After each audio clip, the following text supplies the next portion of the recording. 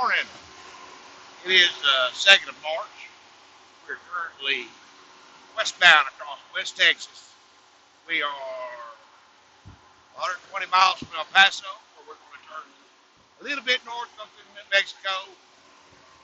We're going to wind out in Phoenix. It's a JB Hunt run, pulling a container. So I did one of those a couple weeks ago on the Staten Island and back. Pays pretty good. Negotiated a fair rate, what I thought was fair, they thought was high, but I'm happy with it. Had a little bit of trouble getting going. Got in our pickup, and when you run JB Hunt, what you have to do, if you're running power only, is you have to go somewhere and get it empty and bring it to where the load is, trade it empty for the load.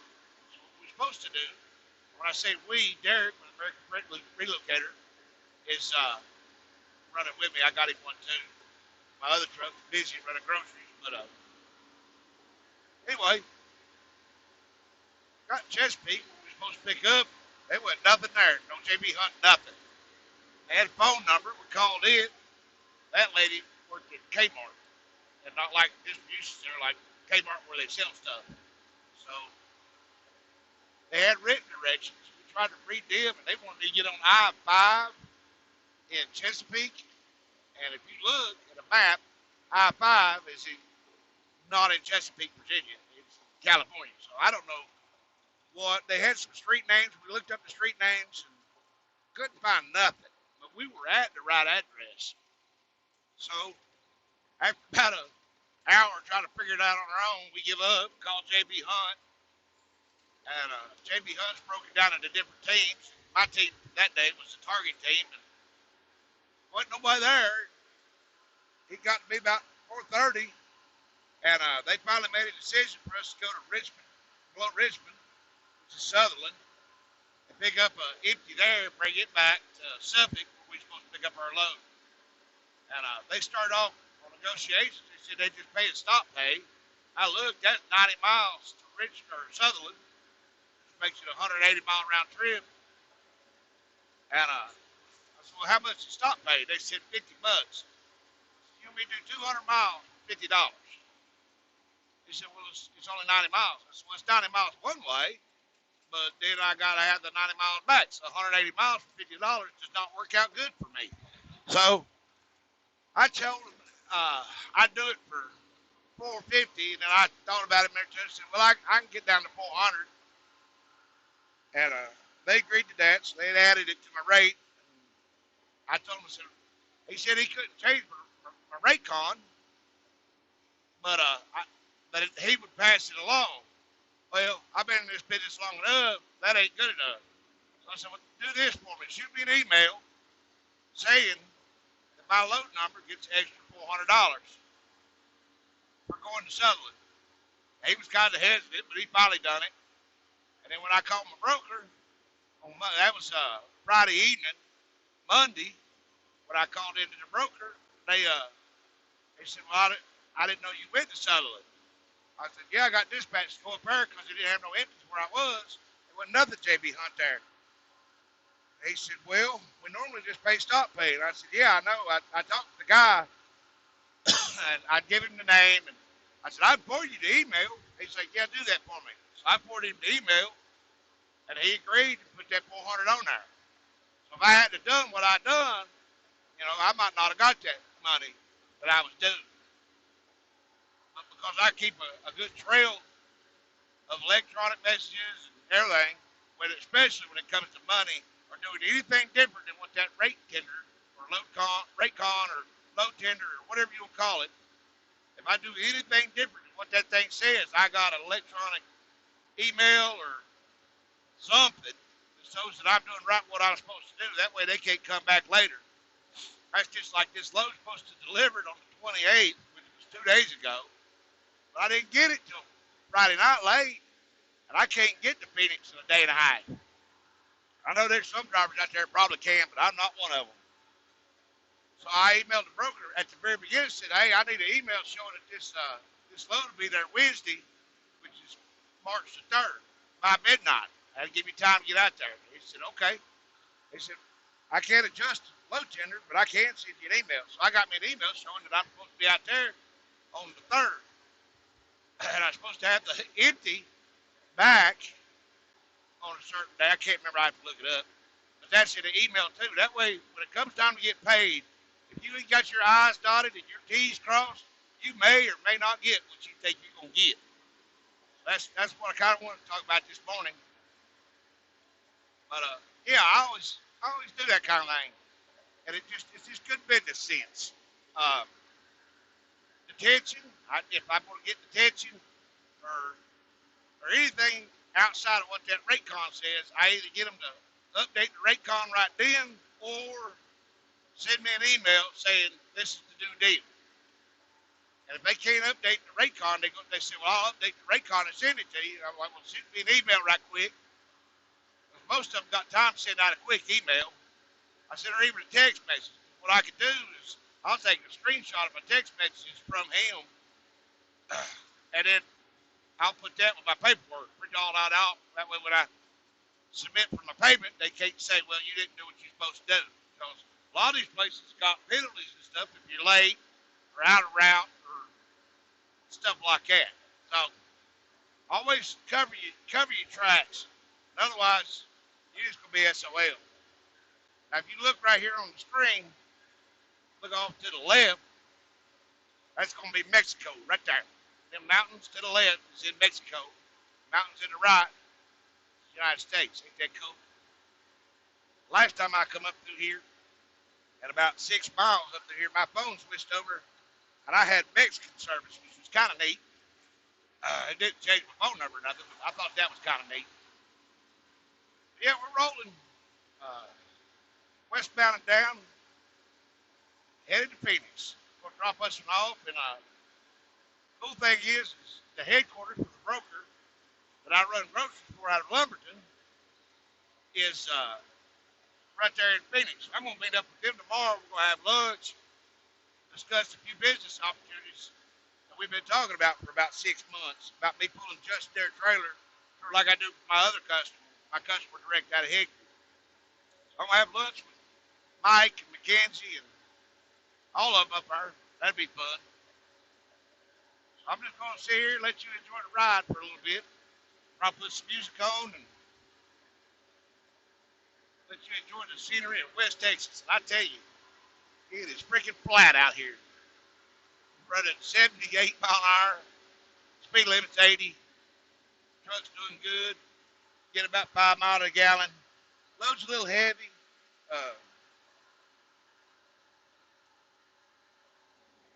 Yeah.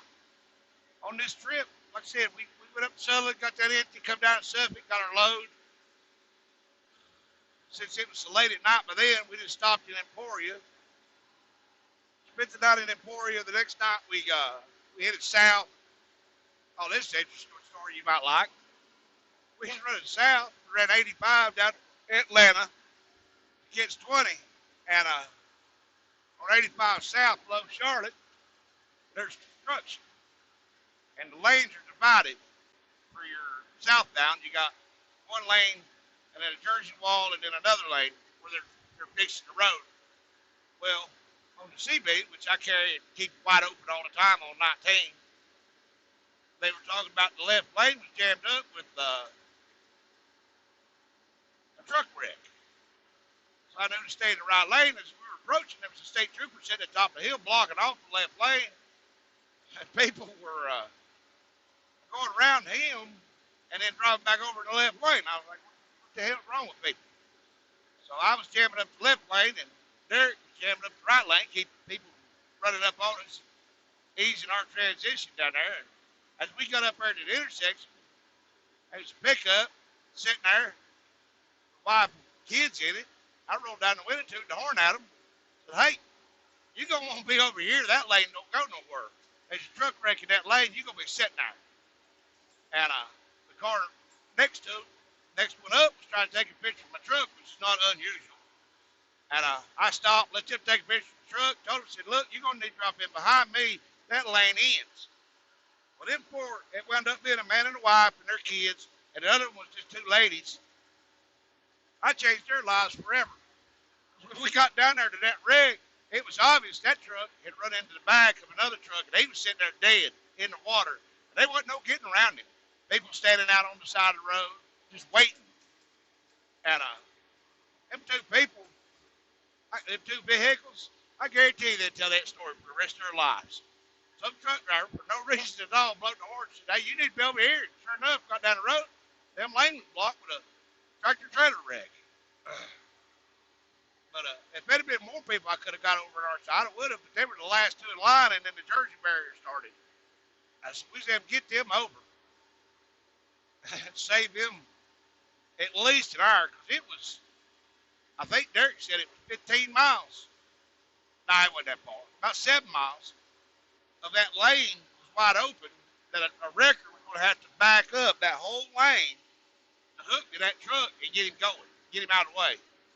And we never did see a wrecker. I mean, we got through the jam up, and it cost us about an hour, but we never did see no wrecker trying to get back there to the truck. The first truck that the other guy had hit was gone. I don't know if he's able to drive off or what, but that little Volvo that ashed into the truck, he was sitting there with his oil and antifreeze on the ground, so he couldn't do nothing. He was done. But yeah, I told Derek, I said, I bet them people tell that story at least for the next week. And put a good spotlight on trucking, which is cool. That pretty cool flat out here. Kind of mountains kind of look like Afghanistan, to be honest. Them on the left. There you go. I always try to be nice to people, do the right thing. Speaking of doing the right thing, my last load, well, not last, but a couple loads back, I delivered to an Amazon, and it was tight back in there, cars was everywhere, and I was trying to get turned around and get into where the dock was, and jammed up, and I lost track of a vehicle that was on my left. When I started making my U-turn, I had to back up and jackknife the trailer just a little bit more, and when I done it, I remembered that car, and I stopped. Got out to see where it was going to be, and it was sitting there parked. And when I say I lost track of it, I keep up in my mind where vehicles are, so I can kind of remember where stuff is, so I know not to hit nothing. I've always been pretty successful at it until that day. When I jacked that trailer around there and started pulling forward where I get turned around, I remember that car stopped, got out, looked, and I had to run my DOT bumper right across her damn bumper. Scratched the snot out of it, busted her emblem, and cracked her little facade of a bumper, that little plastic covering, cracked all that. Well, it was starting back there where I was. There wasn't nobody around. I could have just went on by my business, but it ain't the right thing to do. So I looked around, couldn't find nothing. I took a piece of paper, wrote out a note, said, "Call this number. I've hit your car." Got inside and got my stuff unloaded. I was going to ask the manager, how do I find who owns that car? About that time, a little old girl come up, said, "Somebody's hit my car." I said, "Are you in that little black Nissan back yonder?" She said, "Yeah." I said, "Well, that was me, and I'm sorry." I said, let's step out here and figure out what we're going to do." So we got out there. I said, "I left you a note on the windshield." She said, "I didn't see a note." So we got out there and look. I told her, I said, "Look, I said, what you going to have to do is just take it somewhere and get an estimate on how much it is.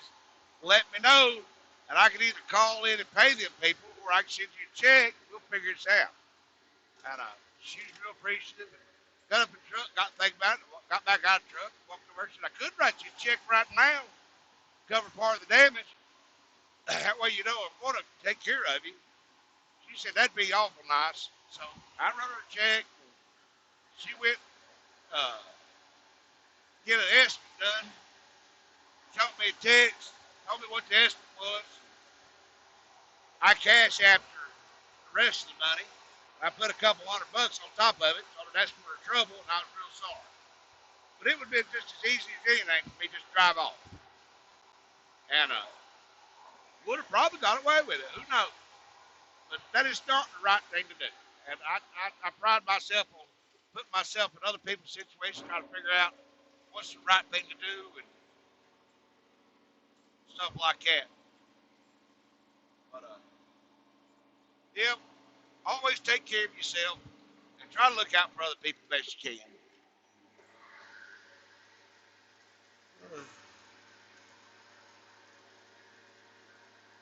I'm gonna leave this up here for a little bit.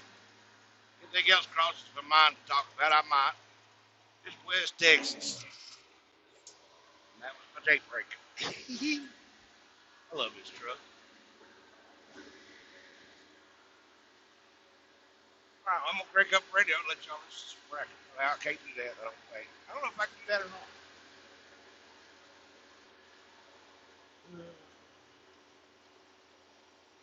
Let's see, stops along this road.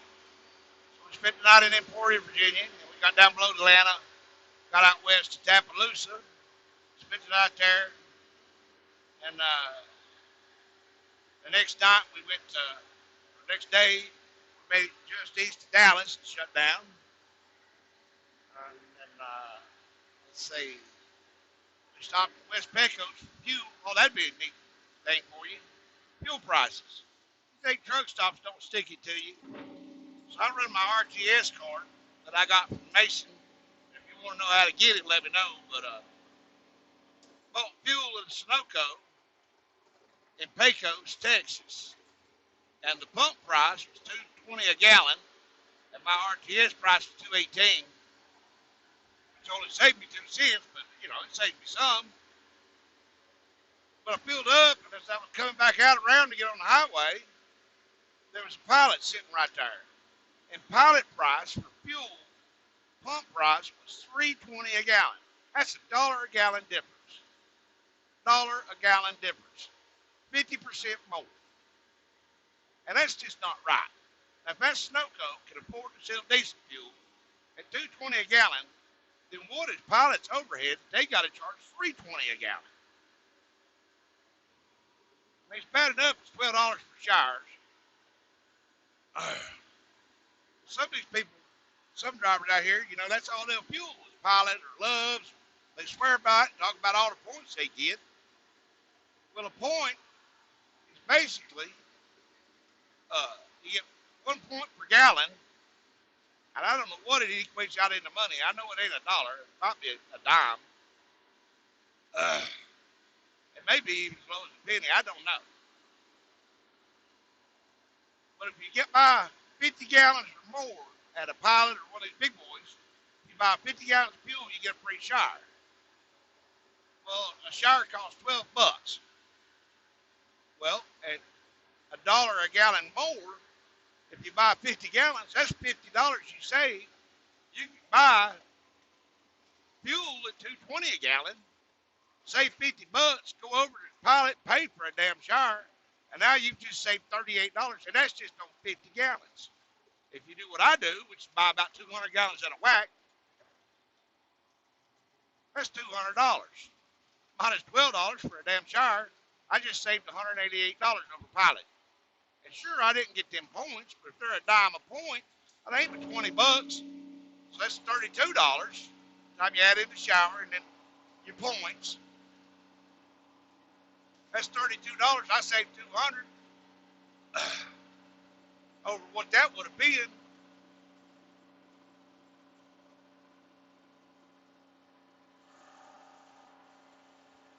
Hang on, I gotta get around this curve.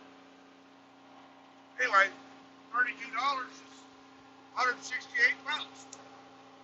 Cheap. So I don't get it. We talk about them points and stuff, what they get for it. I'd rather have money in my pocket. That's just me.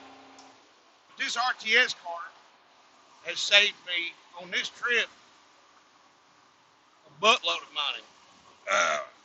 If you can save money here, a little money there, and a little money there, that makes the end of the year numbers look real good. More money in your pocket. So, I mean, you can do what you want, of course. Your business, you run it. But that RTS card, I had a Pilot only card with them. but I pay $6 a month, 50 cents a swap, and my RTS price on that fuel right there at the Pilot would have been 25 cents a gallon off. That's still $2.75 if I had that Pilot only card. That's what my buddy had. He looked it up. His savings was 25 cents on a gallon, and mine wasn't but a penny on the gallon. He said, "Well, I'm saving more money than you." I said, "No, you're not." I said, "Look, I pay $2.18 a gallon for fuel. You pay $2.75. Which one of us save more money?" But, you know, it is what it is.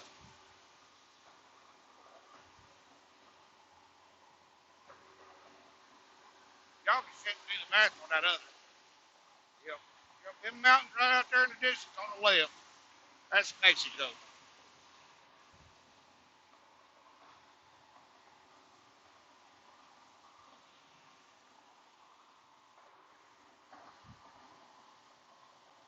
Kind of cold out here. Oh, yeah. It was 30 degrees when I got up this morning. I had a little bit of ice out there on the moon. Where it got moist and frozen over. Anyway, spent the night in Dallas. And then with Pecos got fuel, went on down to Van Horn, Texas. There was a little steakhouse there. We parked on the shoulder of the road in Van Horn, Texas. I don't know if anybody here is from Van Horn, Texas. Wherever I was standing, it was damn flat out there. I could look to the left and see the end of town. I could look to the right and see the other end of town, about 4 miles across that town. One stoplight in the dead middle of it. But about 10:30, when we walked back out to the trucks, go to bed after a good dinner and a couple of adult beverages, it was cold and dark. There wasn't nobody moving. Got up this morning, started rolling. I don't know where I'm going with that. Yeah, Van Horn, Texas, is a little bitty spot. We're gonna make Phoenix today. Drop off this trailer. Go get a truck bath and a Richard bath. Go to the bar, see my brokers, have lunch with them, then go back, pick up my auntie, start heading west on Thursday. We got to do a 34-hour reset. We ain't gonna have enough hours to get all the way back. We'll do our 34 right there in Phoenix. That's gonna be fun. We'll drop off today about, I don't know, 7 o'clock at night. 8 o'clock maybe at the latest. Then go to the Pilot, shut down. Go somewhere and shut down. And 34 hours later, put truck in gear, go get it empty, and head back across. We come down through Charlotte and or Emporia to Charlotte, to Atlanta, to Dallas, to El Paso, up into New Mexico and over to Phoenix. I think we're going back 40. I think that's what we decided. It's a little bit shorter. There's a little bit more mountains, but we're going to be running empty, so we went out one way. I think we'll come back the other. It ain't but 100 miles difference. It's kind of cool. Actually, 100 miles shorter to run 40 than it was to run 20 and, or 85 to 20, 20 to 10. But it's flatter on both ends. Come out of Phoenix to get into New Mexico, you got to run across a little Honcho Pass, or I don't even know what that is. You got to go across some mountain. Then you get out to North Carolina, you got to go across Black Mountain through the gorge, over Black Mountain. We'll be running, like I said, we'll be running empty, so we'll be able to motor right on.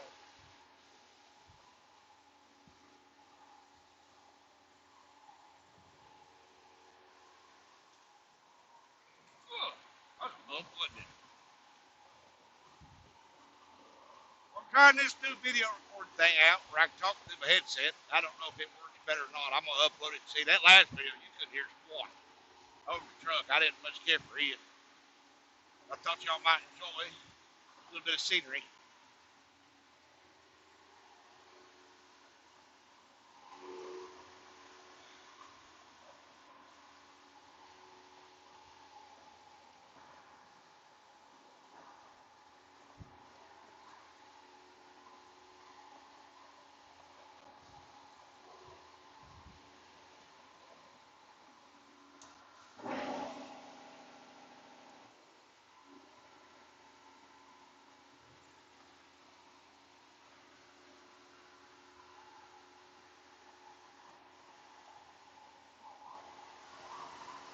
Texas sure does have miles and miles and miles and miles.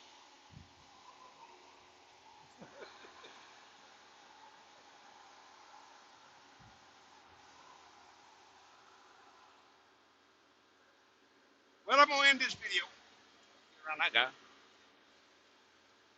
One more thing I want to say: if I ever become a superhero, I decided I'm gonna be Aluminum Man, so I can pull the bad guys. Alrighty, all my poor subscribers, I hope you enjoy it. Have a good morning.